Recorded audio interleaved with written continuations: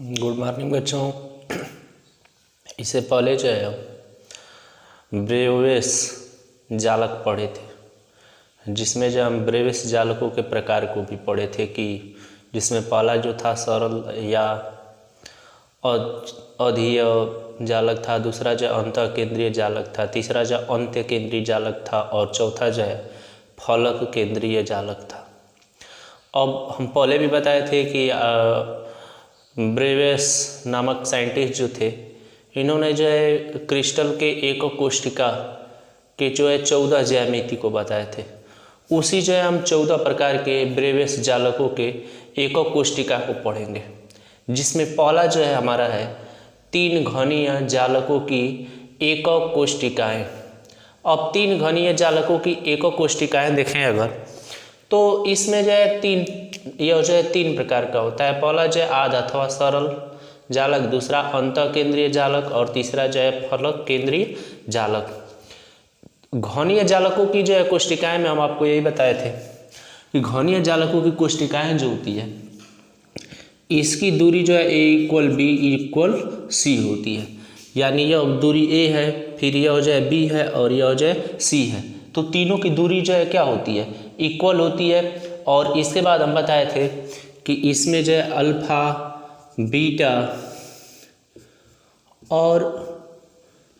Beta और gamma जो होते हैं, यह तीनों एंगल जो है 90 डिग्री के होते हैं। अर्थात यह तीनों एंगल भी जो है क्या होते हैं, इक्वल होते हैं। तो कहने का मतलब क्या है, 3 घनीय जालकों की एकक कोशिकाएं 3 प्रकार की होती है। पहला, इसमें जो है आध अथवा सरल जालक, दूसरा जो है अंतः केंद्रीय और तीसरा जो है फलक केंद्रीय घनी। आध अथवा सरल का मतलब हम उसमें बताए थे कि जब कोई वह जालक जिसमें जो है उसके सभी कोनों पर एक एक परमाणु उपस्थित होते हैं। जैसे यहाँ पे 8 जो है कोने, 8 पर 8 परमाणु उपस्थित हैं, तो यह जो आध अथवा सरल जालक है। अब इसे जो हम P से रिप्रेजेंट करते हैं या प्रदर्शित करते हैं। तो इसको देखें अगर, तो इसमें भी A = B = C था और तीनों का एंगल यानी अल्फा, बीटा और गामा जो था 90 डिग्री था।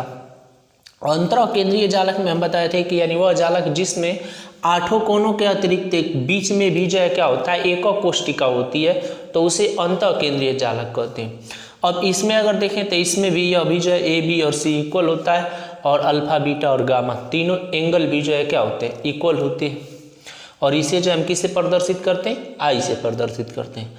फलक केंद्रीय घनी को देखें अगर, तो इसमें जो है 8 कोने पर जो है होते हैं, लेकिन इसमें से 6 फलकों पर जो है क्या होते हैं, परमाणु जो है स्पष्ट रूप से व्यवस्थित होते हैं और 6 जो है फलकों पर परमाणु जो है व्यवस्थित होते हैं। तो इसे जो है फलक केंद्रीय घनीय जालक कहते हैं। और इसको जो है हम F से प्रदर्शित करते हैं। इसमें भी जो है A, B, C तीनों की दूरी जो है इक्वल होती है। अल्फा, बीटा और गामा तीनों जो होते हैं यह 90 डिग्री पर होते हैं। तो A = B = C होता है, अल्फा = बीटा = गामा यानी 90 डिग्री पर होता है। तो तीनों की दूरी और तीनों के एंगल जो है क्या होते हैं, इक्वल होते हैं। बाकी जो है इससे पहले वाले लेक्चर में जो है हम तीनों को बता चुके हैं, पूरा नोट्स भी लिख दिए थे कि आध या सरल घनीय जालक किसे कहते हैं, अंतः केंद्रीय घनीय जालक किसे कहते हैं और फलक केंद्रीय जालक किसे कहते हैं। फिर भी देख लीजिए, हम बताए थे कि 8 कोनों पर 8 परमाणु उपस्थित होते हैं जब, तो उसे जो हम क्या कहते हैं, आध अथवा सरल घनीय जालक कहते हैं। हम बताए थे कि 8 कोनों के अतिरिक्त बीच फलक में भी एक परमाणु उपस्थित होता है, तो उसे जो हम क्या कहते हैं, अंतः केंद्रीय जालक कहते हैं। हम बताए थे कि 8 कोनों में जो होता है 6 फलक पर जो है 6 परमाणु उपस्थित होते हैं, तो उसे जो है हम क्या कहते हैं, फलक केंद्रीय जालक कहते हैं। अब आप सोच रहे होंगे कि यहाँ पे जो है P, यहाँ पर I और यहाँ पे C क्यों लिखा गया है। तो आध अथवा सरल को जो है P से रिप्रेजेंट किया जाता है, इसी तरह जो अंतः केंद्रीय को जो I से प्रदर्शित किया जाता है और फलक केंद्रीय को जो है F से प्रदर्शित किया जाता है, जिसके कारण जो है ऊपर जो है P, I और F लिखा है। आगे दूसरा जो है द्विसमलंबाच, इसको भी इससे पहले हम जो है द्विसमलंबाच को भी अगले वीडियो में जो है बता चुके हैं। यह भी जो है 2 प्रकार का होता है, एक जो है आध अथवा सरल द्विसमलंबाच और दूसरा जो है अंतः केंद्रीय द्विसमलंबाच। अब आध अथवा सरल द्विसमलंबाक्ष जो होता है, इसमें जो है क्या होते हैं, तो आठों कोनों पर जो है 8 परमाणु उपस्थित होते हैं और इसे जो हम क्या करते हैं, P से प्रदर्शित करते हैं। और अंतः केंद्रीय द्विसमलंबाक्ष जो होता है, इसमें जो है केंद्र में भी 8 फलक के अतिरिक्त केंद्र में भी एक परमाणु उपस्थित होता है, अर्थात इसे जो है अंतः केंद्रीय द्विसमलंबाक्ष कहते हैं और इसे जो है हम क्या करते हैं, I से प्रदर्शित करते हैं। अब इसमें अगर देखें तो A = B और नॉट = C होता है, यानी A और B की दूरी जो है क्या होती है, समान होती है, लेकिन C की अक्षीय दूरी जो है क्या होती है, अधिक होती है। तो AB इक्वल होता है और C जो है इक्वल नहीं होता है। लेकिन अगर एंगल देखें तो इसका भी 90, इसको देखें तो ये भी 90 और इसको देखें तो ये भी, तीनों जो है 90 होता है। तो अल्फा, बीटा और गामा जो होते हैं, यह तीनों एंगल जो है कितना होते हैं, 19 होते हैं। तो इसमें क्या होता है, 8 कोनों पर जो है क्या होते हैं, 8 परमाणु होते हैं और इसलिए इसे जो है सरल द्विलंबाक्ष कहते हैं। और इसमें जो है क्या होता है, 8 कोनों के अतिरिक्त एक बीच में भी परमाणु जो है क्या होता है, व्यवस्थित होता है, तो इसे अंतः केंद्रीय द्विसमलंबाक्ष कहते हैं। इसमें जो है A और B की अक्षीय दूरी जो है इक्वल होती है, बट C की दूरी जो है AB के इक्वल या बराबर नहीं होती है। इसी तरह इसमें अल्फा, बीटा और गामा तीनों एंगल जो होते हैं इक्वल होते हैं। आर्थोरोम्बिक, अब आर्थोरोम्बिक जो होता है, इसमें जो है आर्थोरोम्बिक जो होते हैं, इसमें जो है 4 एकक कोष्टिकाएँ होती है। पहला जो है आध आर्थोरोम्बिक या सरल आर्थोरोम्बिक, दूसरा जो है अंत केंद्रित आर्थोरोम्बिक, तीसरा जो है फलक केंद्रित आर्थोरोम्बिक और चौथा जो है अंत्य केंद्रित आर्थोरोम्बिक। आध आर्थोरोम्बिक जो होता है, इसमें जो है 8 कोने जो होते हैं, 8 कोनों पर जो है 8 परमाणु जो है उपस्थित होते हैं। इसके बाद अंत्य केंद्रित आर्थोरोम्बिक जो होता है, इसमें 8 कोनों के अतिरिक्त एक केंद्र में भी जो है परमाणु उपस्थित होता है। इसके अलावा फलक केंद्रित जो होता है, इसमें जो है सभी फलक जो होते हैं, फलकों में जो है एक परमाणु और केंद्र में जो है 2 परमाणु, अर्थात इसमें जो है 6 परमाणु जो होते हैं इसके सभी फलकों में उपस्थित होते हैं।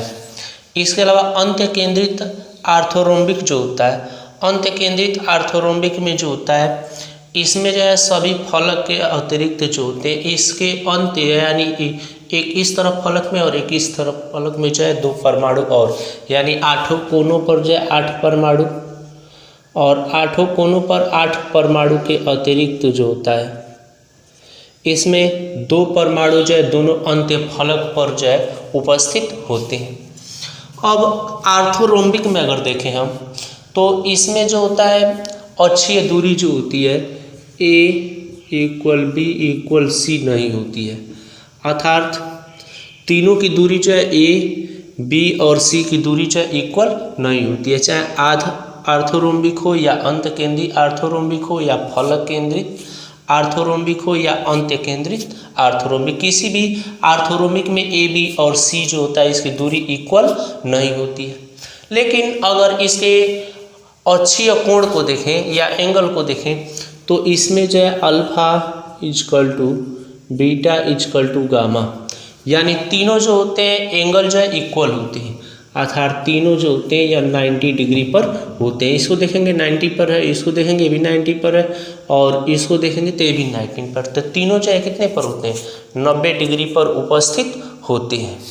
तो कहने का मतलब कि आर्थोरोम्बिक में जो होता है A, B और C तीनों दूरी जो होती है इक्वल नहीं होती है, बट लेकिन अल्फा, बीटा और गामा तीनों जो होते हैं 90 डिग्री पर एंगल होते हैं। इसके बाद चौथा देखिए, अगला देखिए चौथा मोनोक्लिनिक।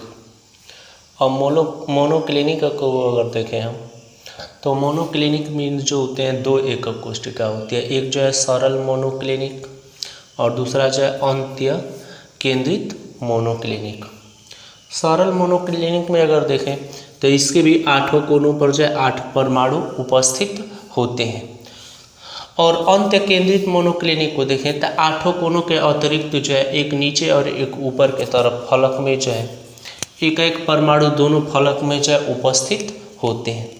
अब इसमें अगर देखें अक्षीय दूरी को, तो ए बी और सी जो होता है या कोई भी किसी के इक्वल नहीं होता है, अर्थात दूरी जो होती है ए बी सी तीनों की जो है अलग अलग होती है।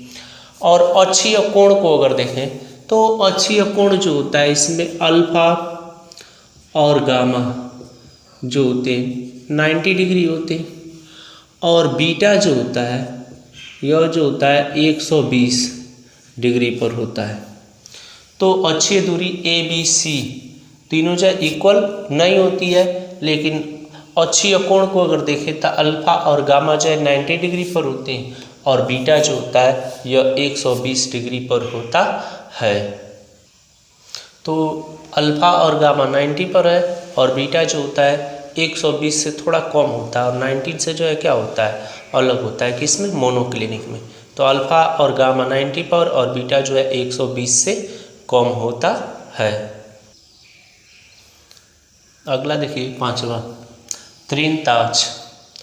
त्रिंताक्ष जो होता है इसमें जो है एक एकक कोष्ठिका होती है सरल त्रिंताक्ष, और सरल त्रिंताक्ष में अगर देखा जाए तो इसमें जो है 8 कोने होते हैं, और 8 कोने पर जो है 8 जो है सेल या कोष्ठिका होती है। 8 सेल या 8 कोष्ठिका होती है। इसमें जो है अक्षीय दूरी अगर देखा जाए तो ए बी और सी यह कोई जो है किसी के इक्वल नहीं होता है। इसके अलावा अक्षीय कोण अगर देखा जाए, अक्षीय कोण, तो अक्षीय कोण जो होता है अल्फा बीटा और गामा कोई भी जो है 90 नहीं होता है। अक्षीय कोण जो होता है कोई 90 से अधिक होता है और कुछ जो है 19 से कम होते हैं। और अक्षीय दूरी जो होती है इसमें भी ए बी और सी तीनों दूरी जो है क्या होती है इक्वल नहीं होती है, अर्थात कोई कम होती है कोई अधिक होती है, सभी दूरियां जो है अधिक और कम होती है। तो ए बी सी तीनों इक्वल नहीं होता है, और अक्षीय कोण जो है अल्फा बीटा और गामा कोई भी 90 नहीं होता है। इसके बाद 5वां देखिए। अब 6वां जो होता है यह जो है षष्ठकोणीय होता है, और षष्ठकोणीय में जो है एक एकक कोष्ठिका होती है सरल षष्ठकोणीय। अब इसमें अगर देखा जाए तो इसमें भी 8 कोनों पर जो है 8 परमाणु होते हैं। अब इसमें जो है अक्षीय दूरी और अक्षीय